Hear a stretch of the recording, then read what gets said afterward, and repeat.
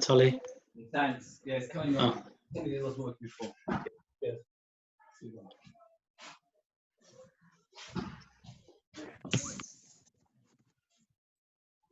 I got it.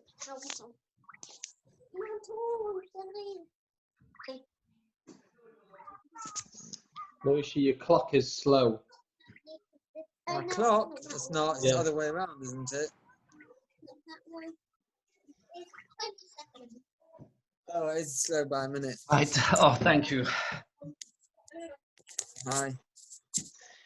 Good evening, everyone. I don't know if you've heard, unfortunately, Chaim Hommel's father-in-law. Yeah. Yes, very sad. Levi was just now. Oh, now? Was about half an hour ago, yeah. Really, I noticed, An hour he ago, wasn't, an hour I ago. noticed he wasn't on last night, and he's very, very kavua, and I was wondering, like... Anyway, I think we've got good news to say. Unfortunately, good news is not... Starting a new payrock. Oh, that's right. That's the attitude.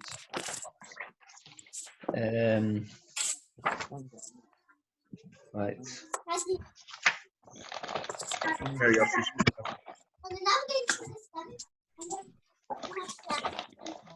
Starting a new parak, yes. This parak deals mainly with Hatmana. We're up to Ben Zainam on the base, the Mishnah, the new parak from Eterni. This parak deals mainly with the Issa of Hatmana. The Issa of Hatmana is the Issa D'Rabbanan, a Gezerah D'Rabbanan. It's one of the quite common shilas in Hilchos Shabbos. It comes up quite a lot, surprisingly a lot. I was going to say a few basic parameters like introduction to Hatmana. If you remember this, you've gained a lot if you can remember all of this. There are two Isurim Midrabanan regarding Hatmana. One is called Hatmana B'Davar HaMoisif Hevel, and one is Hatmana B'Davar She'eino Moisif Hevel. There's two kinds of Hatmana. Hatmana was something which adds heat, and Hatmana was something which does not add heat. Are two separate Isurim. If it's something which adds heat, it is also even if you do it before Shabbos. If it's something that does not add heat, it is only forbidden if you do it on Shabbos. So let's say you have a cholent pot, you take it off the blech, and you want it to stay hot. So you wrap it up in a towel. Would that be permitted on Shabbos? No, that is also. That's Hatmana. B'Davar she'eino moisif hevel. It doesn't add heat. A towel does not add heat. It retains heat. On Shabbos, that would be awesome. But to do that on Friday, let's say your oven's gone off and you don't have a way of heating up your chicken, so there's no space on the blech, so you want to wrap it up in the towel. I've actually seen this happen in a few places. That's fine. Hatmana b'Davar she'eino moisif hevel is a mutter on Friday. Again, there's two kinds of Hatmana. Hatmana is something which retains heat, and Hatmana is something which adds heat. If it's something which retains heat, it's only forbidden on Shabbos. If it's something that adds heat, that is also already from Friday. The reason, very briefly, for each of these gezeros are Hatmana on Friday, B'Davar HaMoisif Hevel, Chazal were choishesh that you may use coals to do your Hatmana with. And then on Shabbos, while you want to keep your food hotter and hotter, you may come to stoke the coals. So therefore, they forbade you to do Hatmana with something which is Moisif Hevel. The Hatmana of Davar she'eino Moisif Hevel means, let's say, a towel to wrap it up on Shabbos. That is only also a gezerah. You might find that your pot has cooled down so much that you decide to heat it up again on Shabbos. Let's say you take your pot off the flame and then you decide to wrap it up in a towel. Well, choishesh, that what will happen is you may say, oh wow, this chance is really cold, and you may decide to heat it up on Shabbos, and then you'll be over chas shalom the Issa of Bishul. So as we explained so far, there are two separate Isurei D'Rabbanan. One is B'Davar HaMoisif Hevel, which is also even on Friday, because you might come to do it with ashes and then come to stoke it on Shabbos, with coals, with proper firewood. And there's something which that's like something which retains heat, that's like a towel, and that is only also on Shabbos. Now, Let's say you wrap something up in a towel and you put it on the blech. Would you consider that davar hamoisif hevel or hatmona b'davar she'eino moisif hevel? What would you say?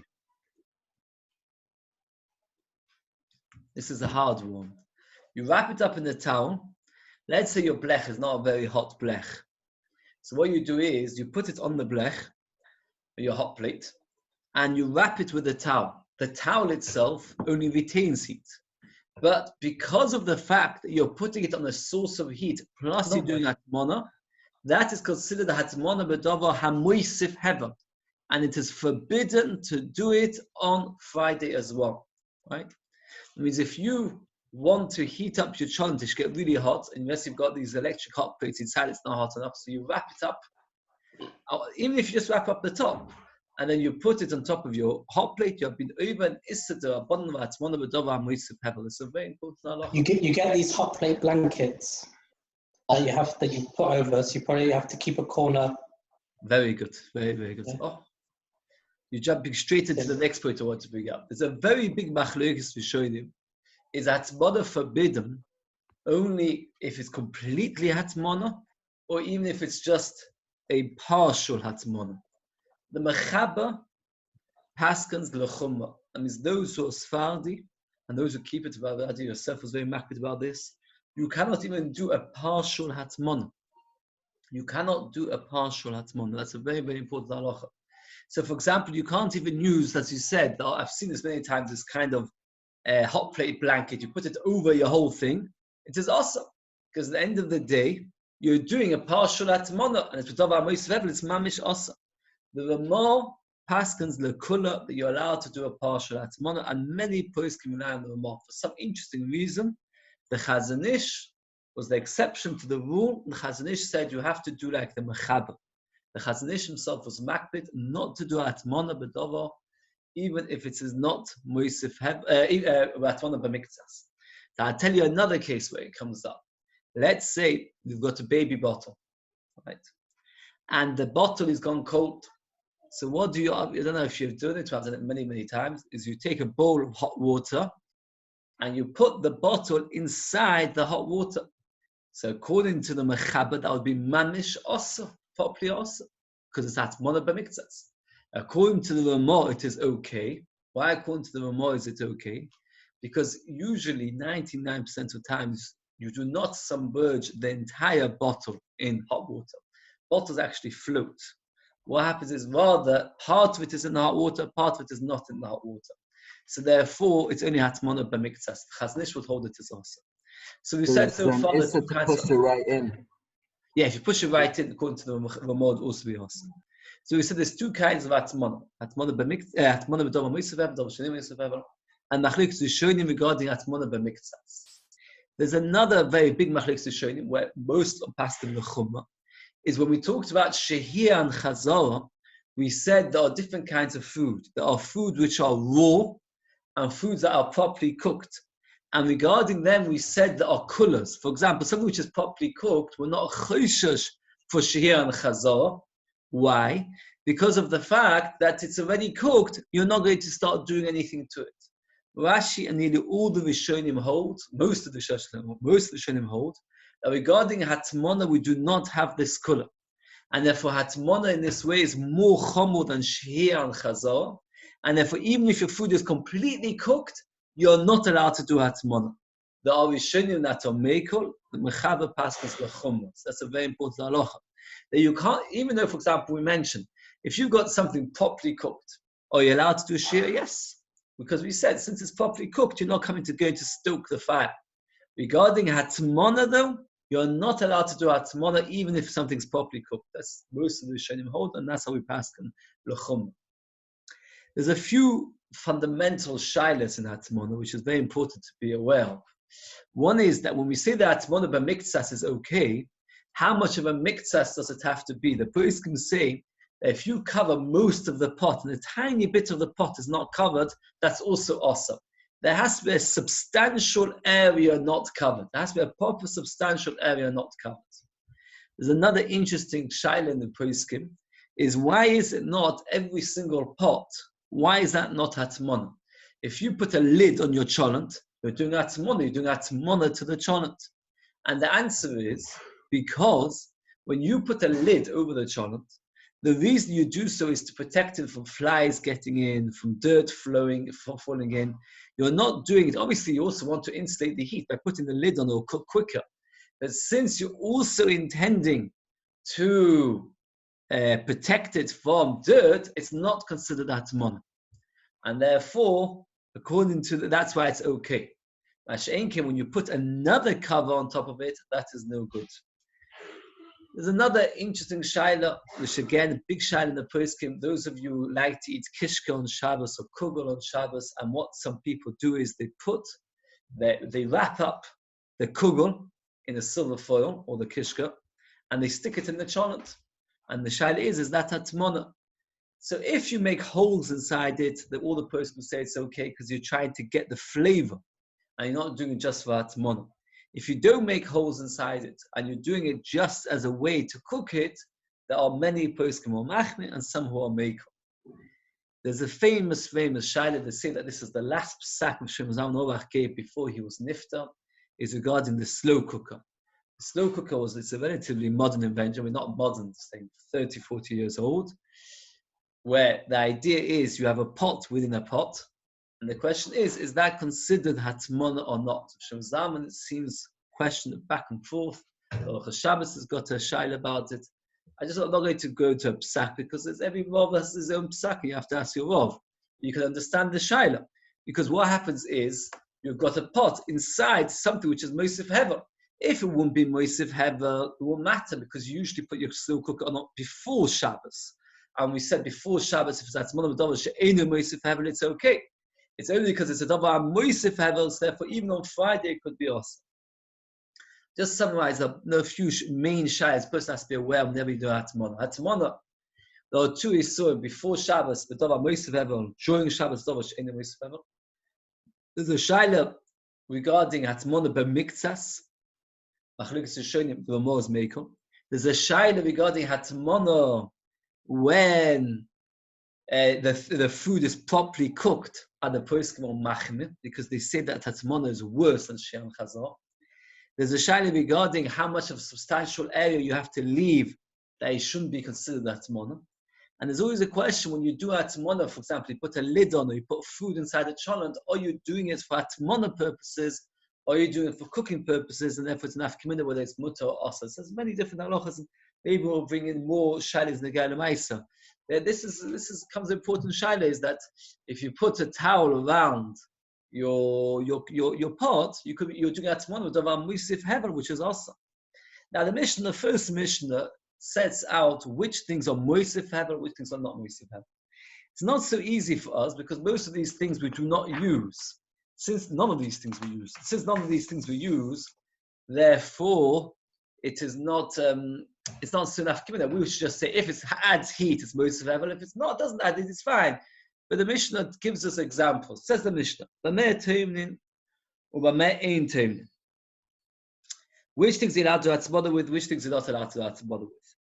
Says the Mishnah, ein teimlin lo begefes. Gefes was after you squeezed the olives, then what would happen is the remainder of the olives, which you left there, people could use it as a insulation.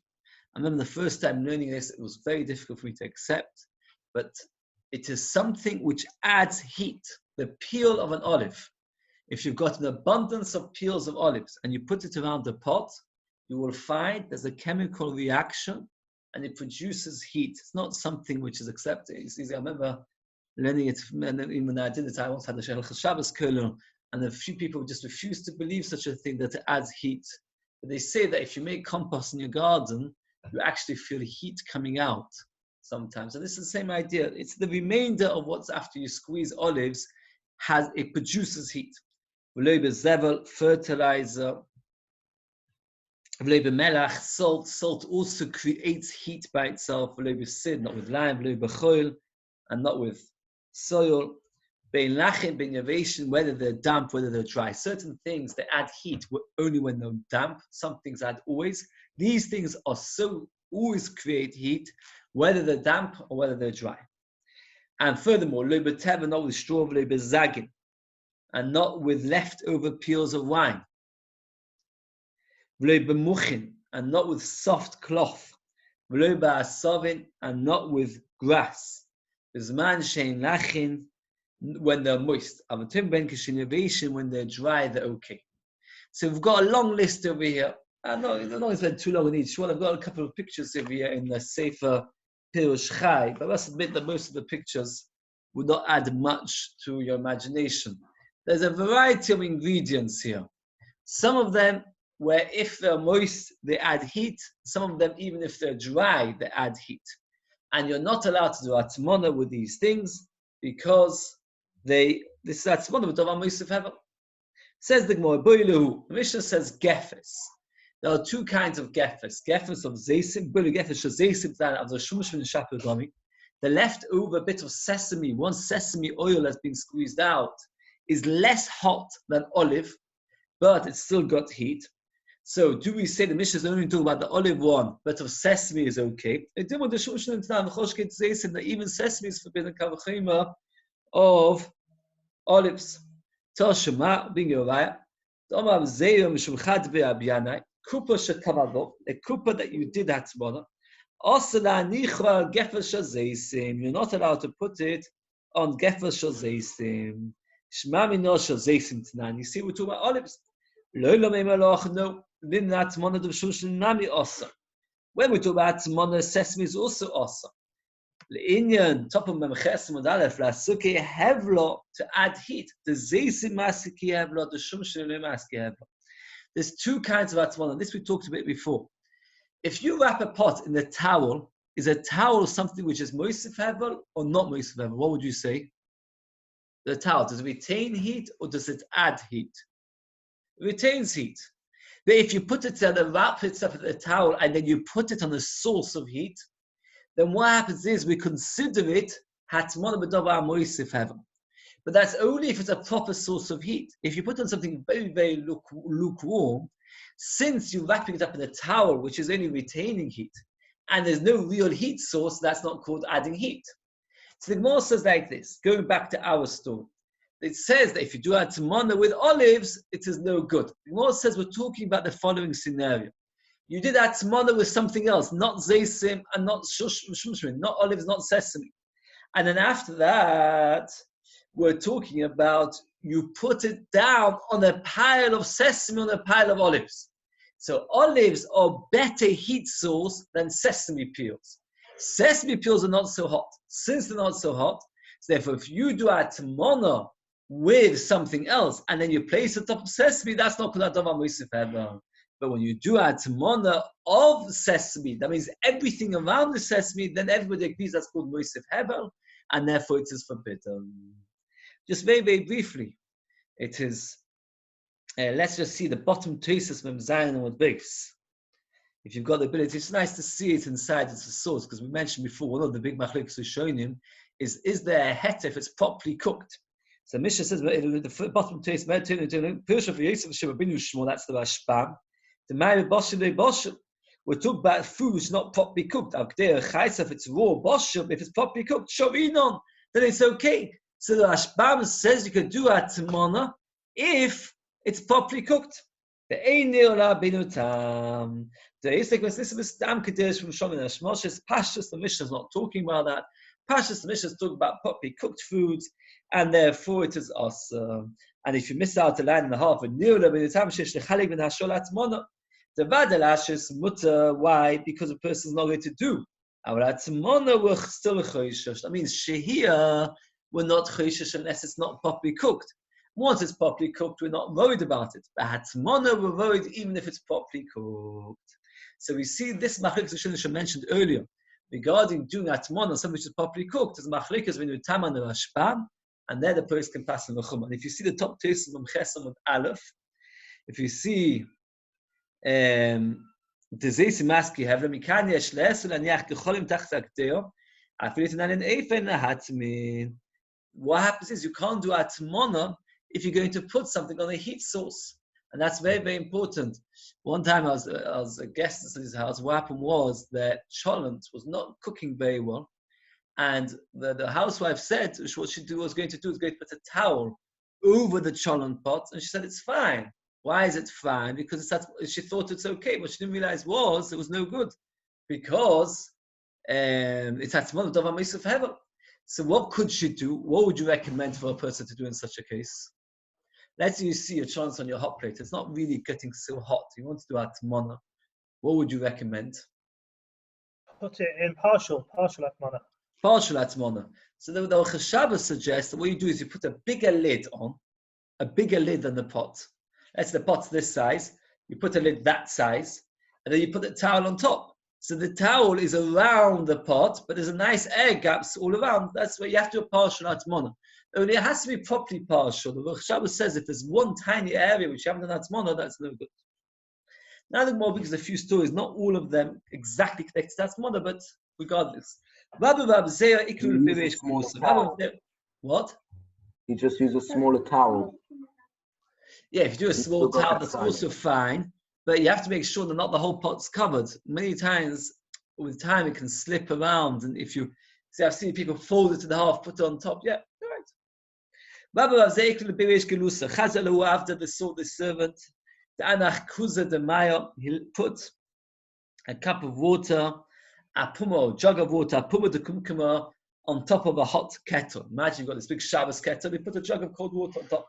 Rabbi shouted to him, why is this different from putting a hot water kettle on top of a hot water kettle, which is permitted? There, he's just retaining heat. Is producing heat. The Rishonim explained that we're talking about a situation where he was doing it to take away the chill. So he put a jug of cold water on top of the Shabbos kettle. The problem is that with time, it won't just take away the chill. With time, it will actually get cooked. So Rabbi said to him, it is forbidden. Well, carries on.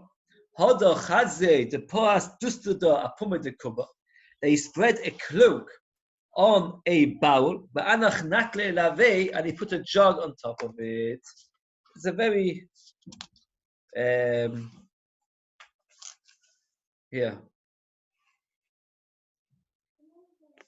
Here's the picture of it. Not so hard to picture it. You see, there's the bowl, there's the towel over it, and there he put a jug on top of the towel. You see it? So then, that is what he did.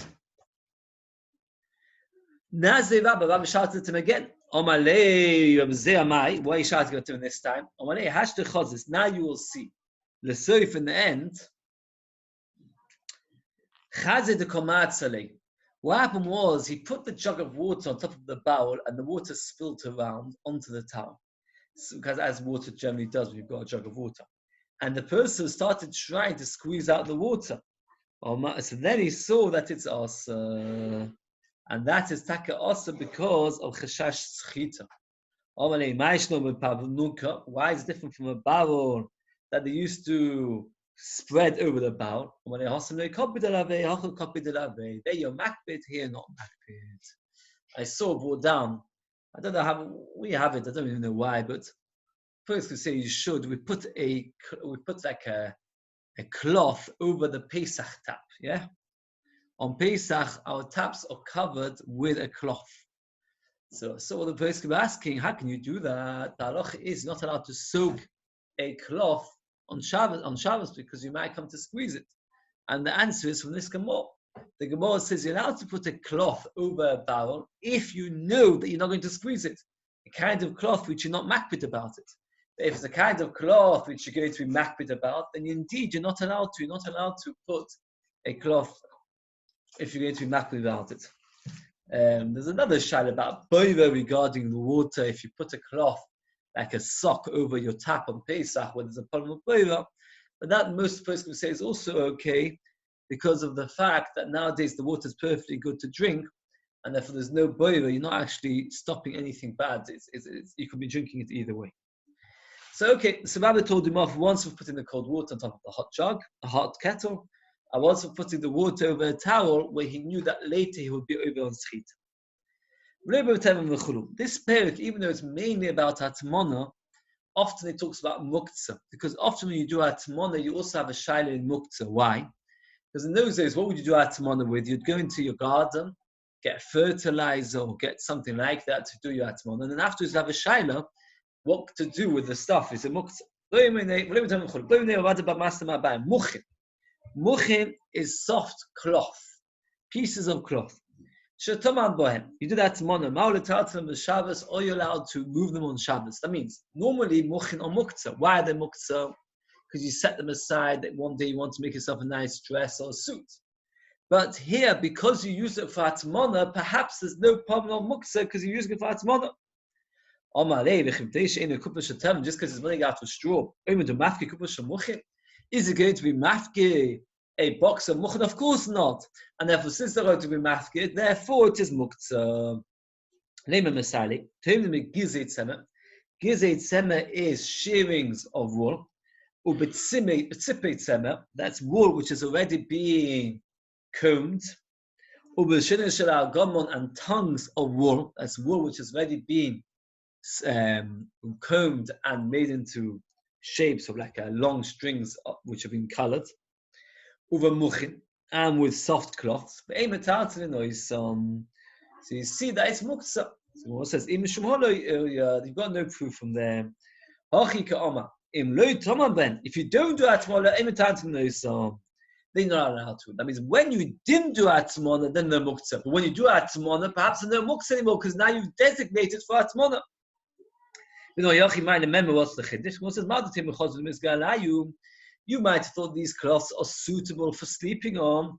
Kamash malon, that what happens is, since a person treats these things as precious, he does not lie on them, and therefore it is muktzah. Most like this. Of chista shola duei udro lebeisade b'Shabbat. He had a pillow. Imagine, let's say, he had a pillow fight, and now all the feathers of the pillow have come out. All the cloth inside have come out. Are you allowed to put it back in? So Chista said, yes, you're allowed to. What should the issa be? What should the issa be of putting cloth back into? Patish. Oh, who said makabeh patish? Oh, very good. Makabeh patish, making the pillow. Makabeh patish.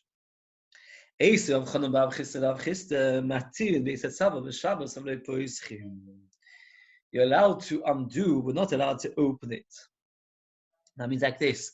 When they would give clothes to the washing person, he would sew up the neck, the opening which you put on your head. The reason they would sew it up is that way you would know that nobody else was going to wear your shirt or your t-shirt while it was being washed. So they would sew it up. Besides for that, when they would actually sew clothing for the first time, it never had an opening for the neck. So you'd make a big cloth, which would be like a talis, you'd put it over front and back. And then the last thing to do before a person would wear it was to actually open up, to cut open an opening to put it over the head. Now that's how they used to make clothes. So you're allowed to undo the knot from the washing person. We'll explain all this later, but not opening up of the first time. You're not allowed to put the soft cloth into a pillow or blanket. Beyond the Shabbos. It says, if it's the first time and you're putting it in, it is awesome because you're producing a pillow. But if it was inside and it came out and you're just returning it inside your pillow, therefore it is mutar. Falk says interesting halacha based on this Gemara, which others say it as well, which means it. What is the halacha? Anybody know? Regarding shoelaces. Are you allowed to put shoelaces inside your shoes on Shabbos? If your shoes have never had shoelaces inside, it is forbidden. Because by putting shoelaces inside, you have now made it fitting to be worn. So therefore, it's makabeh patish. If they had shoelaces, but they snapped on Shabbos, then you're allowed to put new shoelaces inside. Because you're not doing makabeh patish, it's just the same thing by a pillow. If a pillow had cloth inside it and it fell out, you have to put it back in. But to put new is also awesome. Similarly, I saw brought down, interesting halacha, that blowing up a balloon for the very first time on Shabbos could be an issa makabeh patish. Because when you blow up a balloon, while it's never been blown up, it's not so useful. you blow it up, it's now ready to be played with. It's back to the patish.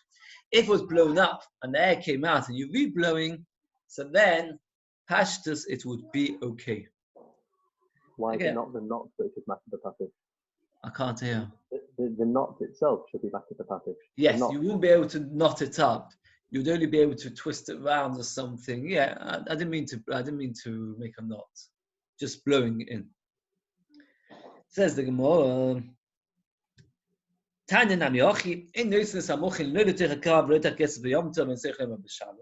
allowed to do it on Yom Tov, of course not on Shabbos. Not if they fell out, you're allowed to put it back on Shabbos, on Yom Tov. So if it was already in, it just fell out, it is mutar. Opening a neck on Shabbos, chayav chatos. Again, you've got this cloth. Let me see if we've got a picture of it. Oh, it's not such a clear picture.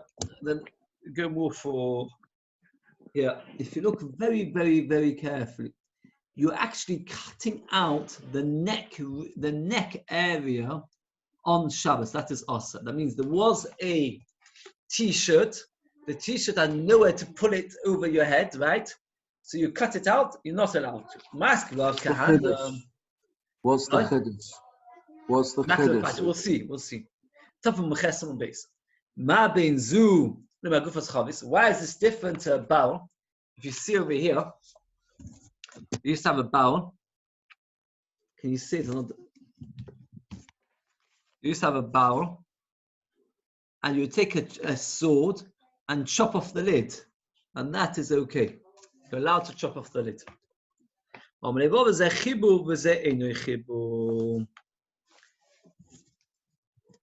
So let's see the Rashi, the third line of Rashi. Megufo, he says, a lid, it's not part of the bowl. Even though it's attached, it's always made to be taken away. It was all attached together. This one line of the Gemara brings up a huge shaila in the poskim which you're all familiar with, and that is opening bottles on Shabbos. You cannot imagine how much writing the Zaman wrote just on this one question, opening a bottle on Shabbos. And the variety of lids and the variety of circumstances, how the lid is made, how it's attached and whatnot. I'm not going to get Psakalochim, he's got their own role. The question is basically that what happens is we see over here, when you do something to complete the ability to use it for the very first time, that's Makam Patish. And there's the question of the lids. It used to be, as I saw today, like the beer bottles. Anybody know what a beer bottle looks like? It's a lid where it's twisted, where it's just pressed and, oh, you've got a beer, where's the lid? It's gone. So that was how bottles were always used to be. In the days of Hashem Zaman, they made this screw-on metal lid, which was a one piece, and when you unscrew it, it wasn't pshatis, it was glued on the metal piece to the other piece and then taken away. Rather, it's one metal lid, and when you unscrew it for the very first time, it's the first time that the bottom ring detaches itself. And this is the Gemara which they use to discuss, can you compare it to a barrel, which you knock off the lid, which is okay, or do you compare it to a clothes, which is the first time that you're opening up the entrance to be able to use the clothes? We want to discuss this a little bit more. What's a chibur, what's not? A bundle of washing clothes. That means they used to tie and sew the clothes to each other. Let's say you gave your clothes, a shirt, trousers, and something else, a coat to be washed. They would sew them into each other. A key ring which has a number of keys inside it. What happens is you've got different clothes of wool and you attach them together with linen. It is considered chibur l'tumah, and therefore if one of them gets tummy, they all become tummy. Add sheyaschel lahatir until you start undoing it. Nami chibur. Even when you're not using them, that's shlom shas chibur nami chibur. Even when you're not washing the clothes, even when you're not using the keys, if you touch one key, they all become tummy. A stick which you made it as a handle for a hammer. Here it's got a little picture of it. I got a hammer. I need a piece of wood. So what do? If you're especially in a deserted island, you just break off a branch, you stick it into a metal piece, and now you've got yourself a ready-made axe. Chibur l'tumah, it's a chibur l'tumah b'shas malocha, only when you're using the axe. B'shas malocha and b'shas malocha loy, but once you stop using the axe, it's not mechubar. Why is it that these clothes which are sewn together is a chibur l'tumah always, even when you finish washing the clothes? But by an axe, it's only a chibur at the time when you're using the axe. When a person's finished chopping with the axe, what does he do? He takes the wood, throws it back into the forest, and the next time he needs to use the axe, he gets himself another piece of wood. These clothes, which you sew them all together, even after you finish washing, you still want them to remain attached. Why do you want them to remain attached? Because you're scared that one of them will get dirty again. So therefore, by having them sewed together, the fact that they're all attached to each other through sewing means it'll be easier for you to wash it, the clothes won't get lost. And therefore, it is still a connection, there's still a purpose in the sewing together. Let's summarize. Whenever there's a need for the joining together, then it's considered a chibur and therefore it is tummy. When there's no need for it to be joined together, it's not a chibur l'tumah. The Gemara says very briefly, it said it's all in the name of Chista. We'll do some massive mishmei of Kahana, Vamla mishmei Rava. And some say in the name of Rava, or the name of Kahana, you say the name of Kahana or Rava.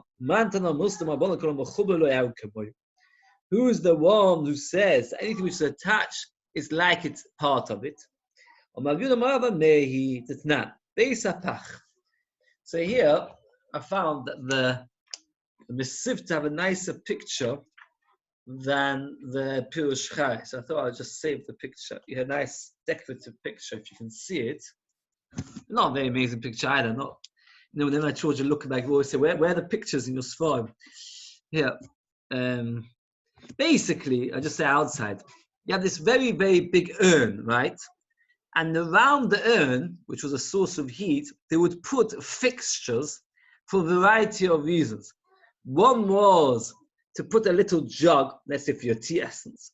One was to put all your spices, and one was for the candle. So if you see over here, I don't know if you can see so well. At the front there's a candle. On one side is Beis HaPach, on one side Beis HaTavim. And you have this very, very big oven. And what happens is around the oven, does the art school have a picture of it? No. So around the big kettle, you would have little fixtures around it to be able to put your tea essence, to put in your place to store your spices, another place to keep a candle there, because this was your oven. This big, those days, the key of the oven was your heat source, your cooking source, everything was there. So the halacha is, if you touch one, by touching, all of it becomes tummy. This is important halacha. If you touch one end of the table, the entire table becomes tummy. If you touch a table and there's cups on the table, the cups don't become tummy, not attached to the table. So he says, the gabi tumas magod, they're considered attached. The gabi tumas avir, not. Rav Shimon Matayim. It says, what? Bishtem and Rav Shimon, because some alav kikir dom was not part of the kettle. Then even if it becomes tummy through the avir, it becomes tummy. If it's not like kir, then if you touch it, it shouldn't become tummy. It says, it's only awesome to have bonon. If you touch one, it all become tummy, that people shouldn't think that something which is tummy, only parts will become tummy. It should always be tummy, even if it comes tummy through the air. And says the Gemara of whenever Chazal made a tumah, they always wanted as much as possible that people should remember it's only tumah midrabanan. In case Chas Shalom people come to make a mistake of saying that it is tummy midoraisa and burnt tumah. And tumah, which is only tummy midorabanan, is not burnt. Rather, what is it done? We wait for it to go bad. So therefore, they said there's no tumah ba'aviv. There's only tumah ba'maga. That way, people remember it's only a tumah midorabanan. Tumah ba'masperos shoperokim. A pair of scissors that's made out of a variety of a number of pieces, right? You got a pair of scissors, and it's got a few pieces, and you have to join them together to make a pair of scissors. The zemel hitni, and a blade of a wood shaver, a wood smoother, plane. It's called in English. There's a word in English, plane. It doesn't mean an aeroplane. It means a piece of. It's like an instrument. If you want to make wood smooth and flat. So the blade of this vehitni and the pair of scissors, if one part becomes tummy, it all becomes tummy. And if one part becomes toy, the rest of it still needs. And it shows you a picture of a pair of scissors, of joint pair of scissors. Can you see? A pair of scissors which is made out of pieces. And here, it's very hard to see this picture, is a piece of wood which is a plane. So let's get clear again in the halachas. If one part becomes tummy, it all becomes tummy. If one part becomes toy, the rest of it still needs to become toy. And we're machmir both ways. It says, well, we don't understand. If it's a chibu, if it's called one piece, let it all become tummy and all become toy. If it's all not one piece, it's all separate pieces. If one part becomes tummy, only one of it becomes tummy, and the same thing by toy. When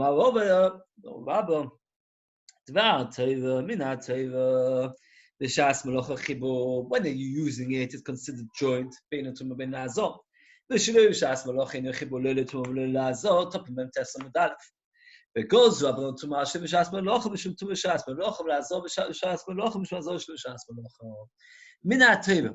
when an instrument is put together, then it depends if you're using it. While you're using it, it's considered one item, whether for tumah or for tau. And when you're not using it, it's not considered one item, not for tumah, not for tau. The midrabanan, they had to be machmir for both. And if midrabanan, they said that regarding tumah, it's always considered one piece. Regarding tau, it's considered many pieces. And therefore comes that baby chumah. It's interesting. I saw the sefer from Yehuda Steinberg, Rav Hakim, fascinating halacha, that the time when they came to the Beis Hamikdash, everybody had to have hazor, sprinkling of shlishi v'shvi from the Porah Adumah. We're talking about more than 1 million people getting sprinkled. How would they all get sprinkled? Do you know how they did it? Anybody know how they did it? So there's a Mishnah. Just sprinkle them all together. How? Towards them. They all stand on the mountain and they just shake towards them. How are you going to stand? Okay, close. You don't actually have to touch. There was a road which had balconies across the entire road on both sides. And the Kohanim would stand on the balconies with big jugs of water with a tiny bit of ashes of the Porah Adumah inside it. And the Kohanim would sprinkle, because that's sprinkle with a finger. And all the Klaisel would walk through the road. And if you felt a tiny drop falling on you, you went and you never came back. If not, then you had to walk around and come back through the road again until you felt one day. It was like a mass. Can you imagine? I remember once davening in bells on Shabbos morning by the bells of Rebbe. So after Shabbos morning davening, everyone wants to wish him good Shabbos. You can imagine, you can't stand there every Shabbos, a few thousand people wishing good Shabbos. Do you know how they do it? He stands there, and there's like this barricades, and you walk like 5, 10 deep across, fast, and he just nods every so often, and you wish good Shabbos. So you did the same thing by the to get to a tower from the from. And what about Sevilla? So how long does it take? How long do you think it takes? Take off all your clothes, dip into a mikveh, and come out and get dressed. How long do you think it takes? The minimum amount of time. What's the quickest you think you can do it in? A minute and a half. Minute and a half. That's quite fast. The Rosh in Paro says 30 seconds. Now, if 1 million people need to go to mikveh, and all have to go before the Korban Pesach, so a half a minute per person is 500,000 minutes. Let's say there were 500 mikvahs in Yerushalayim, which is a very, very lot throughout the old city, 500 mikvahs. That's 1,000 minutes. 1,000 minutes is approximately 15 hours. Now, you only had about 6 hours. to do to Tovel on that day of Pesach. They had to have thousands of mikvahs and people going in and out at top speed after walking on this road, not on the same day, the day after walking this road and having the Kohanim sprinkling. Okay, let's get to the Mishnah very brief. The Mishnah says that some of these things, they only add heat if they're moist. If they're dry, they don't add heat. Certain things are moist from their own accord, and certainly become moist from something else. That's the rain falls on them. The Gemara's got a shaila when we say that it has to be moist. Does it have to be moist from its own accord, or can it be moist even if it came from something else? Not with straw, that's the leftover of wine. If it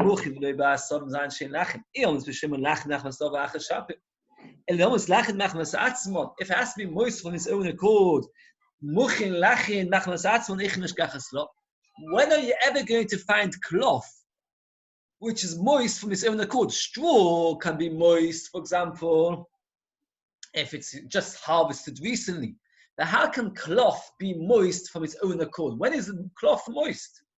Answers the Gemara, if you were to pull off wool between the thighs of the sheep, that wool, because of the sweat and other reasons, sweat, it would be moist. And therefore, since it was moist of its own accord, and moistness of its own accord always produces more heat. You're allowed to do atmana with dry clothes or dry food. But not with wet clothes and not with wet food.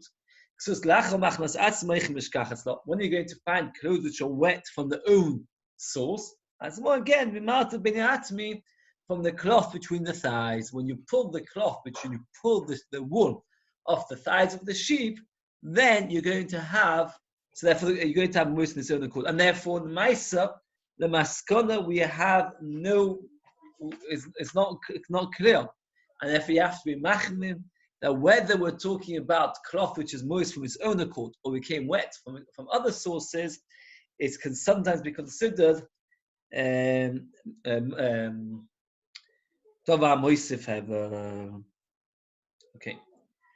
We're going to have again and again now dafim, which sometimes are a bit, not always, dafim which is a bit shorter. So we're going to be finishing the shiur sometimes a bit earlier.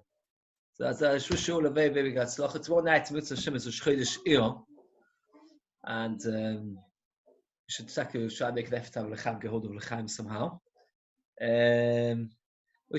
Anybody got something positive, good news to say?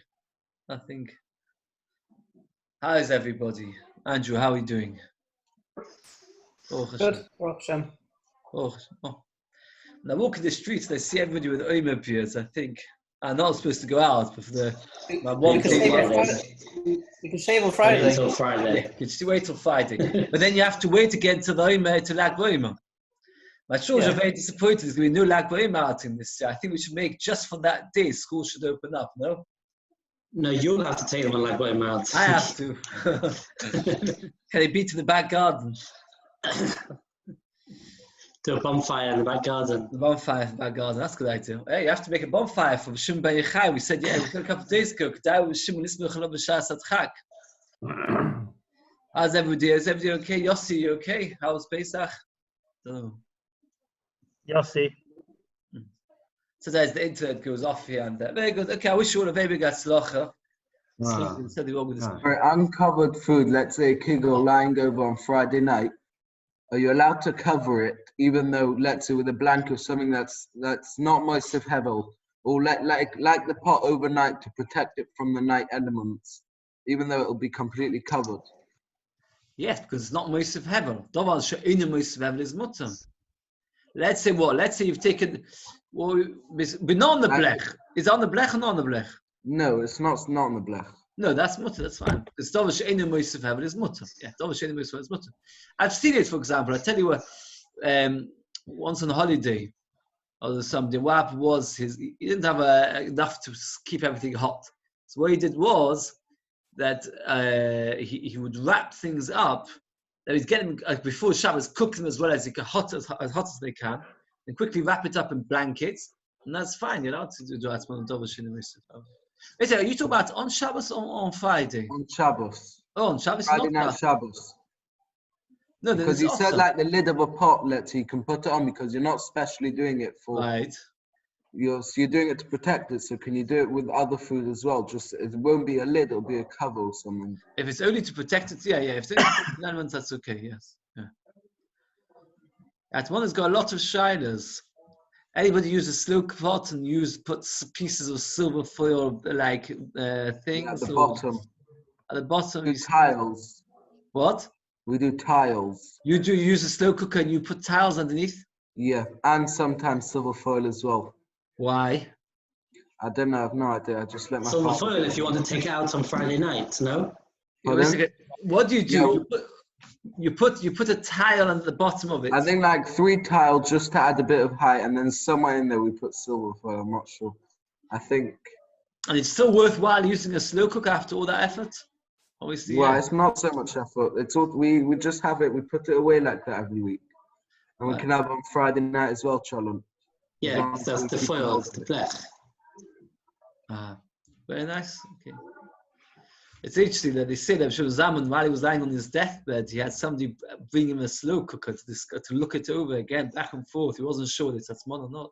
Apparently, Cholon 2000 or something. It's the name of a slow cooker. They made it specially with according to Shlem Zaman's shot. Something. I haven't seen it. Don't know. Very nice. Okay, Hatzlacha with everything. Shkoch. Shkoch. Yeah, call to have a good night. Hatzlacha. Sure, see you. See you all. See you. Have a very good night. See you. Yehuda? Yeah? You talking about me? Yeah, will you end the session? Yeah, I will. Okay.